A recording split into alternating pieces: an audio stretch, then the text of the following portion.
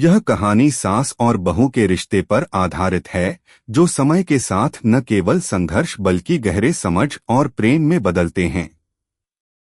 यह कहानी एक विशेष दिन की है, जब सास ने बहू से एक अनोखी बात की, जो सबको हैरान कर देने वाली थी। कहानी सास का बच्चा बनने का मन।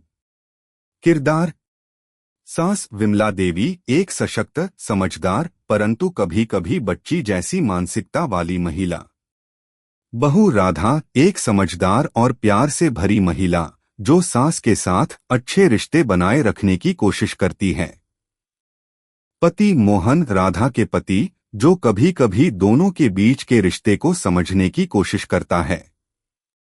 अगर आप अपनी माँ से प्यार करते हो और उनको हमेशा खुश देखना चाहते हो तो चैनल को सब्सक्राइब करो, लाइक करो, हर हर महादेव कमेंट करो। बहुत ही जल्द आपको खुशखबरी मिलेगी। प्लीज वीडियो को लास्ट तक जरूर देखें। अब आगे सुने।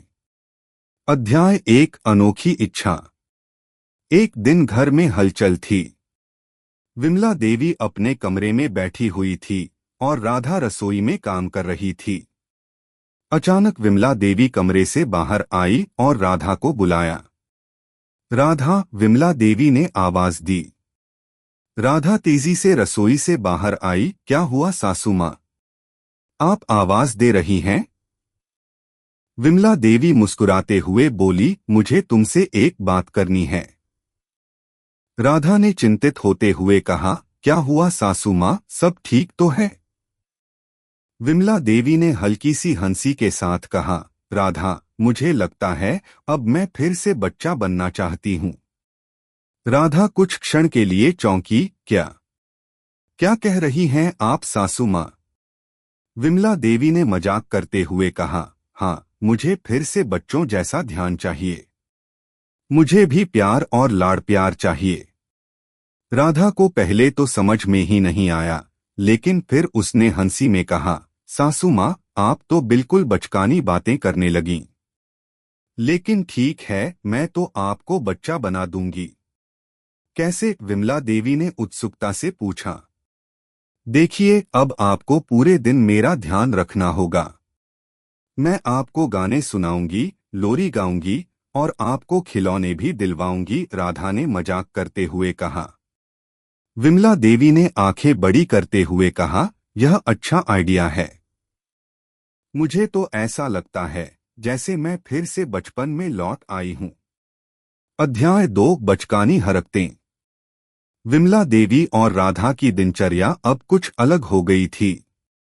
राधा सास को बच्चों की तरह समझाने में जुटी हुई थी। हर सुबह विमला देवी को वह नन्हे बच्चे की तरह लोरी गाकर उठाती थी।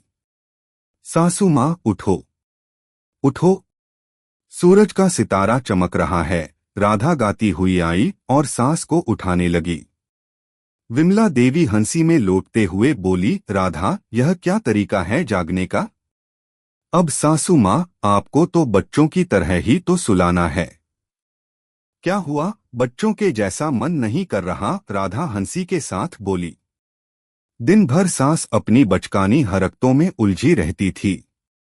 कभी वह राधा से कहती, राधा, मुझे अब बड़ों की बातों से दूर रहना है, मैं तो अब बच्चों जैसी जिंदगी जीना चाहती हूँ। और कभी वह राधा से अपने पसंदीदा खिलौनों की दुकान जाने की जिद करती। विमला देवी को देखकर कभी मोहन भी हैरान रह जाता। वह सास की बदली हुई आदतों को देखता और सोचता कि यह क्या हो रहा है। क्या हो रहा है माँ? मोहन ने एक दिन विमला देवी से पूछा। विमला देवी मुस्कुराते हुए बोली, बिल्कुल बच्चे की तरह मैं भी अब अपनी जिंदगी जीना चाहती हूँ। राधा ने मुझे यह महसूस कराया कि बचपन की खुशी और लाड़ दुलार का क्या महत्व है। लेकिन माँ, तुम ठीक से समझ तो रही हो ना? हम सबको यह ध्यान रखना चाहिए कि आप बूढ़ी हैं और आपको अब आराम की जरूरत है, मोहन ने समझाते हुए कहा। विमला देवी ने मोहन को गुस्से से देखा। तुम नहीं समझ सकते। जीवन में हर किसी को कभी न कभी बच्चा बनने का मन करता है। अध्याय 3। राधा की धैर्य परीक्षा। अब राधा को सास की बचकानी आदतों से निपटना कठिन हो रहा था। वह चाहती थी कि सास का दिल न टूटे, लेकिन वह खुद भी अपनी जिम्मेदारियों में उलझी हुई थी। राधा के लिए यह स्थिति एक चुनौती बन गई थी, क्योंकि उसे सास की मानसिकता को समझने में थोड़ी कठिनाई हो रही थी। एक दिन राधा बहुत थकी हुई घर के कामों से लौटी। उसने देखा कि विमला देवी बिस्तर पर लेटी हुई थीं और बच्चों की तरह चुपचाप मुस्कुरा रही थीं। राधा उनके पास बैठ गई और पूछा, क्या हुआ सासू माँ, सब ठीक तो है? विमला देवी ने मचलते हुए कहा, राधा, मैं जानती हूँ कि तुम थकी हुई हो, लेकिन मुझे लगता है आज तुम मुझे अपनी गोदी में उठाकर घुमा सकती हो। राधा चौंकी, क्या? यह क्या कह रही हैं आप, सासू माँ? विमला देवी ने मासूमियत से कहा, बिल्कुल। मुझे बच्चों जैसा घुमाओ, मुझे अब वो सारे खुशियाँ चाहिए जो बचपन में थीं। राधा मुस्कुराते हुए बोली, ठीक है सासू माँ, पर आप तो मेरा दिल तोड़ देती हो। मैं भी तो थकी हुई हूँ। विमला देवी हंसी में झूम उठी, तुम क्या जानोगी मुझे क्या चाहिए। अध्याय 4, समझ और प्रेम। समय बीतता गया और राधा को यह समझ में आ गया कि सास का बचपन की ओर लौटने का मन सिर्फ एक मानसिक आवश्यकता थी, एक ख्वाहिश थी। विमला देवी चाहती थीं कि उनका परिवार उन्हें फिर से वही प्यार और ध्यान दे जैसा बच्चों को मिलता है। यह कोई बचकानी बात नहीं थी, बल्कि यह एक गहरे भावनात्मक रिक्तता को भरने की कोशिश थी। राधा ने अब पूरी तरह से विमला देवी का साथ देना शुरू किया। वह दिन भर उनके साथ समय बिताती, उनके लिए प्रिय खेल खेलती और उन्हें बच्चे की तरह महसूस कराती। राधा की समझ ने विमला देवी को न केवल शांति दी, बल्कि उनके रिश्ते को भी और मजबूत किया। मोहन ने भी देखा कि अब सास और बहू के बीच एक गहरा समझ और प्रेम था।